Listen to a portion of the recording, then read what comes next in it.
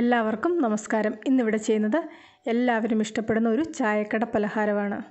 ഇതിന് ഓരോ നാട്ടിലും ഓരോ പേരാണ് പറയുന്നത്. ചില സ്ഥലത്ത് ഇതിന് ഉണ്ടംപൊരി എന്ന് പറയും, ചില സ്ഥലത്ത് ഉണ്ടക്കായ എന്ന് പറയും.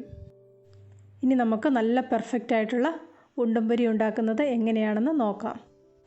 വളരെ കുറച്ച് സാധനങ്ങളെ ഇതിനു വേണ്ടിയിട്ട് ആവശ്യമുള്ളൂ. ശ്രദ്ധിച്ചുണ്ടാക്കിയിട്ടുണ്ടെങ്കിൽ നമുക്കിത് നല്ല പെർഫെക്റ്റ് ആയിട്ട് ഉണ്ടാക്കിയെടുക്കാം. ആദ്യം തന്നെ 1/2 സ്പൂൺ ജീരകവും 2 ഏലക്കായും കൂടി ഒന്ന് പൊടിച്ചു വെക്കാം. ആദ്യം തന്നെ 1/2 കപ്പ് പഞ്ചസാര ഇവിടെ പൊടിച്ചു വെക്കുന്നുണ്ട്. ഇതിന് പകരമായിട്ട് ശർക്കര ഉപയോഗിക്കാം. പഞ്ചസാര ചേർക്കുന്നതിനാണ് കൂടുതൽ നല്ല ടേസ്റ്റ് കിട്ടുന്നത്. 2 ചെറുപഴം ഇതിൻ്റെ അകത്തിട്ടൊന്ന് അരച്ചെടുക്കുന്നുണ്ട്. ഇതിന് പാളയംകോടൻ പഴം, മൈസൂർ പഴം എന്നൊക്കെ പറയും. ചായക്കടയിൽ നിന്നൊക്കെ മേടിക്കുന്നതിൻ്റെ അതേ ടേസ്റ്റ് കിട്ടണമെങ്കിൽ 1 പഴം ചേർത്ത് കൊടുത്താൽ മതി. ഞാനിവിടെ 2 പഴം ചേർത്ത് കൊടുക്കുന്നുണ്ട്. അരച്ചെടുത്ത പഴവും പഞ്ചസാരയും കൂടി ഒരു ബൗളിലേക്ക് മാറ്റുന്നുണ്ട്. ഇതിലേക്ക് പൊടിച്ചു വെച്ച ജീരകവും ഏലക്കായും കൂടെ ചേർത്ത് കൊടുക്കാം. 1 നുള്ള ബേക്കിംഗ് സോഡയും കൂടി ഈ സമയത്ത് ചേർത്ത് കൊടുക്കുന്നുണ്ട്. അടുത്തതായിട്ട് ഇതിലേക്ക് ചേർക്കുന്നത് 1/4 കപ്പ് ഗോതമ്പ് പൊടിയും 1/4 കപ്പ് മൈദയുമാണ്. ഗോതമ്പ് പൊടി മാത്രമായിട്ട് ഉപയോഗിക്കേണ്ടവർക്ക് അങ്ങനെ ചെയ്യാം, മൈദ മാത്രമായിട്ട് വേണ്ടവർക്ക് അങ്ങനെയും ചെയ്തെടുക്കാം.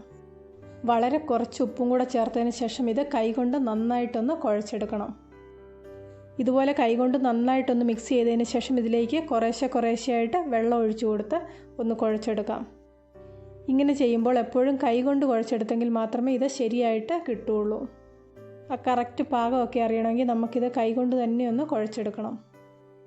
ഇതുപോലെ കുറച്ച് സമയം ഒന്ന് നന്നായിട്ട് കുഴച്ചെടുക്കണം. ഏകദേശം ഒരു 3-4 മിനിറ്റ് നന്നായിട്ട് ഇതൊന്ന് കുഴച്ചെടുക്കുന്നുണ്ട്.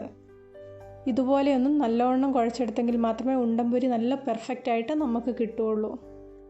ഞാനിവിടെ എടുത്തിരിക്കുന്ന സാധനങ്ങളുടെ അളവും ഈ ഒരു രീതിയിൽ ഉണ്ടാക്കിയെടുക്കുകയാണെങ്കിൽ നമുക്ക് നല്ല പെർഫെക്റ്റ് ആയിട്ടുള്ള ഉണ്ടംപൊരി ഉണ്ടാക്കിയെടുക്കാം. ഉണ്ടാക്കുന്ന സമയത്ത് ഇതുപോലെ തന്നെ ചെയ്തെടുക്കാൻ വേണ്ടി എല്ലാവരും ഒന്ന് പ്രത്യേകം ശ്രദ്ധിക്കണം. ഇവിടെ ഇപ്പോൾ കൂട്ട് നന്നായിട്ട് കുഴച്ചെടുത്തിട്ടുണ്ട്. ഏകദേശം ഒരു 1/4 കപ്പ് വെള്ളമാണ് ഇതിലേക്ക് എടുത്തിരിക്കുന്നത്. വീഡിയോ ഒന്ന് ശ്രദ്ധിച്ചിട്ടുണ്ടെങ്കിൽ അതിൻ്റെ ആ കറക്റ്റ് കൺസിസ്റ്റൻസി നിങ്ങൾക്ക് മനസ്സിലാകും. ഇതിന് ഏകദേശം ഒരു 2 മണിക്കൂർ റെസ്റ്റ് ചെയ്യാൻ വേണ്ടി വയ്ക്കാം. കുറച്ച് സമയം കുറഞ്ഞു പോയാലോ കൂടിപ്പോയാലോ ഒന്നും കുഴപ്പമില്ല. ഇതിപ്പോൾ 3 മണിക്കൂർ കഴിഞ്ഞിട്ടുണ്ട്. ഇതിനി കൈകൊണ്ട് ഒന്നുകൂടി ഒന്ന് മിക്സ് ചെയ്തെടുക്കാം.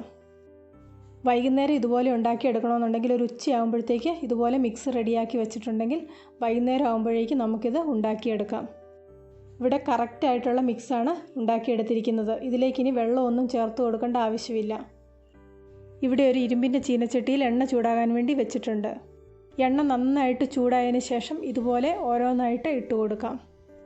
കൈകൊണ്ട് ഇട്ട് കൊടുക്കാൻ ബുദ്ധിമുട്ടുള്ളവർക്ക് സ്പൂൺ ഉപയോഗിച്ച് കുറേശ്ശെയായിട്ട് ഇട്ട് കൊടുക്കാം. ഈ കൂട്ട് ഇതിലേക്ക് ഇട്ടതിന് ശേഷം തീ ഒന്ന് കുറച്ചിട്ട് കൊടുക്കണം. ഞാനിവിടെ ലോ ഫ്ലെയിമിലിട്ടിട്ടാണ് ഇത് കുക്ക് ചെയ്തെടുക്കുന്നത്. ഇതുപോലെ മാവ് ഇട്ട് കൊടുക്കുന്ന സമയത്ത് വലിയ ഷേപ്പൊന്നും ഇല്ലെങ്കിലും ഉണ്ടായി വരുന്ന സമയത്ത് ഇത് നല്ല ഷേപ്പായിട്ട് കിട്ടും. ഉണ്ടംപൊരി ഇഷ്ടമുള്ളവർ ഇതുപോലെ ഒരു പ്രാവശ്യം ഉണ്ടാക്കി നോക്കുക. നിങ്ങൾക്കിത് നന്നായിട്ട് ഇഷ്ടപ്പെടും.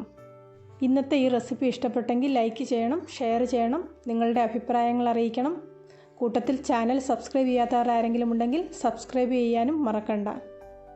സബ്സ്ക്രൈബ് ബട്ടൺ ക്ലിക്ക് ചെയ്യുമ്പോൾ റൈറ്റ് സൈഡിലായിട്ടൊരു ബെല്ലൈക്കണും കൂടി ആക്റ്റീവായിട്ട് വരും. അതും ഒന്ന് ക്ലിക്ക് ചെയ്ത് ഓൾ എന്ന ഓപ്ഷനും ആക്റ്റീവാക്കാൻ മറക്കണ്ട. പുതിയൊരു വീഡിയോയുമായിട്ട് വീണ്ടും കാണാം.